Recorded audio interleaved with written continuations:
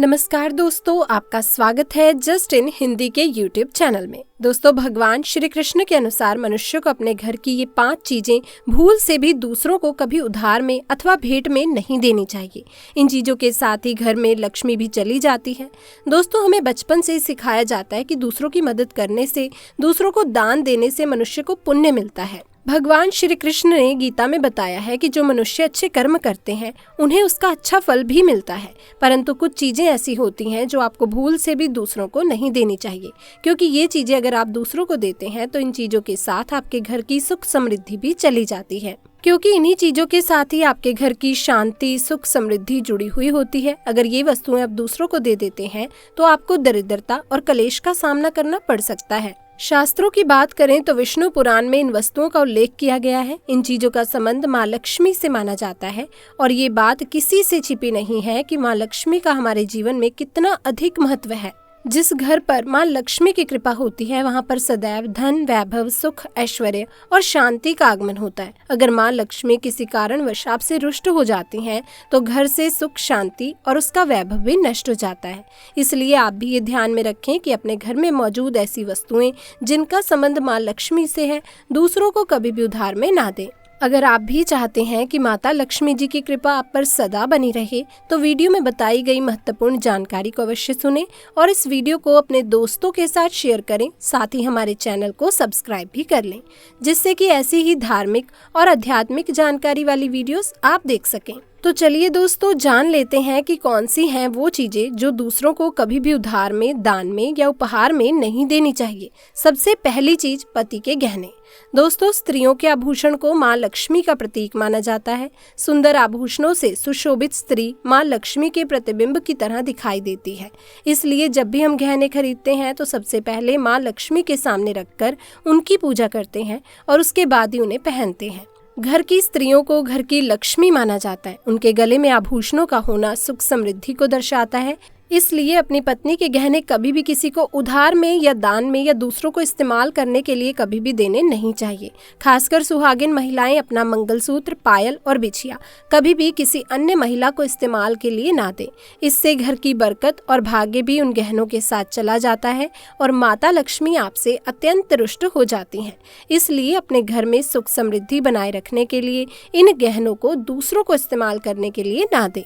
दोस्तों, दूसरी चीज है झाड़ू। दोस्तों, झाड़ू जो सफाई के लिए काम आता है, हमारे घर से नकारात्मक ऊर्जा को दूर करता है। वो स्वयं माँ लक्ष्मी का प्रतीक माना जाता है। ऐसा माना जाता है कि झाड़ू में माँ लक्ष्मी का निवास होता है। इसलिए अपने घर की झाड़ू कभी भी किसी को उपहार में या उपयोग के लिए ना दें। अगर झाड़ू खराब हुई है तो उसे किसी प्रवाहित जल में बहा दें, लेकिन उसे किसी को उधार में ना दें या फिर कचरे में ना फेंकें, क्योंकि अगर आपके घर की झाड़ू कोई दूसरा उपयोग करता है तो इसका असर आपके घर की सुख शांति पर पड़ता है। इसके साथ ही ये भी बात ध्यान में रखें कि दूसरों के घर की झाड़ू का अपने घर में कभी प्रयोग ना करें, क्योंकि ऐसा करने से उनके घर की नकारात्मक ऊर्जा आपके घर में आ सकती है। दोस्तों, तीसरी चीज है जो हम आपको बताने जा रहे हैं दोस्तों, वो है सूरज डूबने के पश्चात दूध, दही, चावल, नारियल, आटा आदि ऐसी सफेद चीजों का दान करना या ऐसी वस्तुओं को दूसरों को उधार में देना। सूर्यास्त के बाद इन वस्तुओं को दूसरों को देना अशुभ माना जाता है। ऐसा माना जाता है कि सफेद चीजों से बुरी नजर जल्द लग जाती है। इसलिए सूरज अस्त होने के पश्चात अपने घर की सफेद चीजें, वस्तुएं दूसरों को नहीं देनी चाहिए। अंधेरा होने के बाद इन चीजों को दान करने से आपके घर की सकारात्मक ऊर्जा कम हो सकती है। अगर आप किसी को देना भी चाहते हैं तो उन्हें बाजार से खरीद कर दे सकते हैं, परंतु अपने रसोई घर से उठाकर भूल से भी दूसरों को ना दें। खासकर नमक तो भूल से भी दान नहीं करना चाहिए। दोस्तों, चौथी बात, माँ लक्ष्मी धन की देवी हैं। माँ लक्ष्मी हमारे घर में सदा विराजमान रहे, ऐसा हमें सतत प्रयास करना चाहिए। जिस घर में माँ लक्ष्मी की कृपा होती है वहाँ पर धन की वृद्धि अवश्य ही होती है। इसलिए अगर आपने अपने पत्नी के पास कोई धन रखा हुआ है तो वो पैसा किसी को उधार में नहीं देना चाहिए। ऐसी मान्यता है कि अगर आप किसी को अपनी पत्नी के पास रखा हुआ धन उधार में देते हैं तो आपके घर से लक्ष्मी चली जाती है और भविष्य में आपको पैसे की तंगी का सामना करना पड़ सकता है। विशेष रूप से किसी त्योहार में या एकादशी के दिन जब तक आवश्यकता ना हो, अपनी तिजोरी में रखा हुआ धन दूसरों को कभी भी ना दें।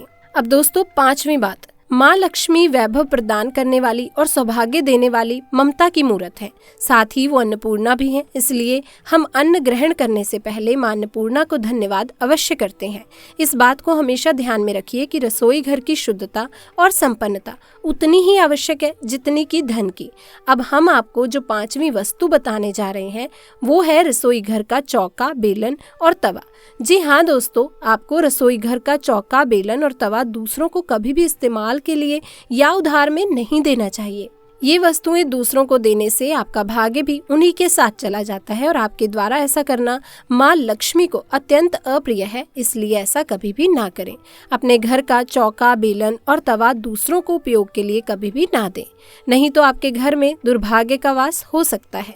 तो दोस्तों, ये थी वो 5 चीजें जो दूसरों को कभी भी उधार में नहीं देनी चाहिए। इसी के साथ हम जानेंगे कि कौन सी वो चीजें हैं जो श्री कृष्ण कहते हैं कि व्यक्ति के मरने के बाद इस्तेमाल नहीं करनी चाहिए। कई बार लोग अपने मृत परिजनों की वस्तुओं का प्रयोग करने लगते हैं, लेकिन आपको बता दें कि गरुड़ पुराण के अनुसार मृत व्यक्ति की कुछ चीजें ऐसी हैं जिनका भूल कर भी मनुष्य को इस्तेमाल नहीं करना चाहिए। दोस्तों, कपड़े। गरुड़ पुराण के अनुसार किसी भी व्यक्ति को मृत व्यक्ति के वस्त्रों का प्रयोग नहीं करना चाहिए। भूलकर भी अपने शरीर पर इन्हें धारण नहीं करना चाहिए। अगर आप मरे हुए व्यक्ति के कपड़े पहनते हैं तो उसकी आत्मा आपके शरीर के साथ जुड़ जाती है और मृत व्यक्ति की यादें आपको सताने लगती हैं। लेकिन आप मृत व्यक्ति के कपड़ों को याद के तौर पर अपने पास रख सकते हैं या फिर आप उनके वस्त्र को नदी में प्रवाहित कर सकते हैं। अब अगली चीज है मृत व्यक्ति के गहने। मान्यता है कि मृत व्यक्ति की आत्मा का आभूषण के प्रति लगाव अपने कपड़ों से ज्यादा होता है। गरुड़ पुराण के मुताबिक जो भी व्यक्ति उनकी मृत्यु के पश्चात उनके गहनों को पहनता है या फिर आभूषणों का उपयोग करता है तो ऐसे में उस मृत परिजन की ऊर्जा उस व्यक्ति के साथ जुड़ जाती है, जिस कारण से उसे शारीरिक और मानसिक परेशानियों का सामना करना पड़ता है। इसलिए मृतक व्यक्ति के गहनों को पहनना नहीं चाहिए। लेकिन आप इन गहनों को घर में संभाल कर रख सकते हैं या फिर इन गहनों को नए तरीके से बनवा कर पहन सकते हैं, लेकिन उसी अवस्था में ही इन गहनों को नहीं पहनना चाहिए। अगर मृत व्यक्ति के मरने से पहले आपको उसने अपने गहने भेंट में दिए थे तो आप इन्हें पहन सकते हैं, लेकिन अगर मृत परिजन के गहनों को संभाल कर उसने रखा हुआ था जिससे उनका बहुत ही अधिक लगाव था तो इसे भूल कर भी पहनने की गलती ना करें। अब अगली चीज है मृत व्यक्ति की घड़ी। दोस्तों, व्यक्ति की मृत्यु के बाद भी घड़ी में उसकी सकारात्मक और नकारात्मक ऊर्जा बसी होती है। जो भी व्यक्ति मृत व्यक्ति की घड़ी को पहनता है उस पर इन ऊर्जाओं का नकारात्मक प्रभाव पड़ता है और वो मृत परिजन व्यक्ति के सपने में बार बार आकर उसे कष्ट देते हैं। अतः आप भी मरे हुए व्यक्ति की घड़ी का भूल कर भी इस्तेमाल ना करें। तो दोस्तों, आज की वीडियो में बस इतना ही। अगर आपको वीडियो पसंद आई हो तो इसे लाइक करें, दोस्तों रिश्तेदारों के साथ ज़्यादा से ज़्यादा शेयर करें और कमेंट्स में लिखना ना भूलें जय माँ लक्ष्मी।